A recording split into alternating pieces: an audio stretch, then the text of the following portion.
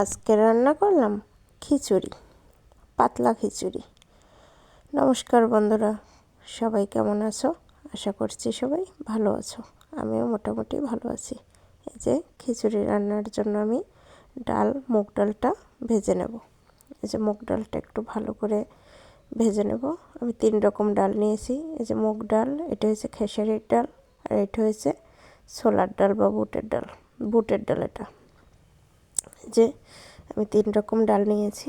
এদিকে ডালটা ভালো করে ভেজে তুলে নিয়েছি। এই যে চাল ডাল আমি বসিয়ে দিয়েছি। এখন আমি এখানে সবজি নিয়েছি, দেখো আলু ভেজে নিয়েছি, গাজর, মিষ্টি কুমড়া, লাউ, তারপর সিম নিয়েছি, তারপর ডাঁটা নিয়েছি। বিভিন্ন রকম সবজি দিয়ে রান্না করলে, আর এই যে ফুলকপি ভেজে নিয়েছি। সবজি দিয়ে রান্না করলে খিচুড়িটা অনেক মজা হয়। এখানে আমি আদা বেটে নিয়েছি, সরিষা, জিরা, তারপর একটু নারকেল বেটে নিয়েছি, আর এটা নারকেল কুচি করে রেখেছি। আমার খিচুড়িটা অনেকটা সেদ্ধ হয়ে গেছে, তাই এখন আমি এই মশলাগুলো দিয়ে দিয়েছি। সবজি দিয়ে দিয়েছি, ডাঁটা দিয়ে দিয়েছি, এই যে মিষ্টি কুমড়ার লাউ দিয়ে দিয়েছি, এখন ছিমও দিয়ে দিয়েছি। সবজি খিচুড়ি খেতে আমার কাছে অনেক ভালো লাগে, খুব পছন্দ করি আমি সবজি খিচুড়ি। শীতের দিনে তো সবজির মেলা বসে, তাই সবজি দিয়ে খিচুড়ি রান্না করলে অনেক ভালো হয়। এই যে আমি কাঁচা ঝাল দিয়ে দিয়েছি। আমি একটু ঝাল ঝাল করে রান্না করব। আমি এখানে গুঁড়া ঝাল দিয়ে দিয়েছি, আর কাঁচা ঝালও দিয়ে দিয়েছি। একটু খিচুড়ি রান্নার সময় একটু ভালো করে নাড়তে হয়, না নাড়লে পর নিচ দিয়ে ধরে যেতে চায়। এই যে সুন্দর করে নাড়তেছি, একটু নাড়ার উপর থাকতে হয়, তাহলে খিচুড়িটার নিচ দিয়ে ধরে যায় না। এই যে আমার খিচুড়ি প্রায় হয়ে আসছে। এখন আমি ফুলকপিটা দিয়ে দেব। ফুলকপি আগে দিলে হয় কি একবারে ঘ্যাট হয়ে যায়। এই যে এখন আমি নারকেল ভেজে নেব। নারকেল আমি অল্প একটু এখানে ঘি দিয়ে দিয়েছি।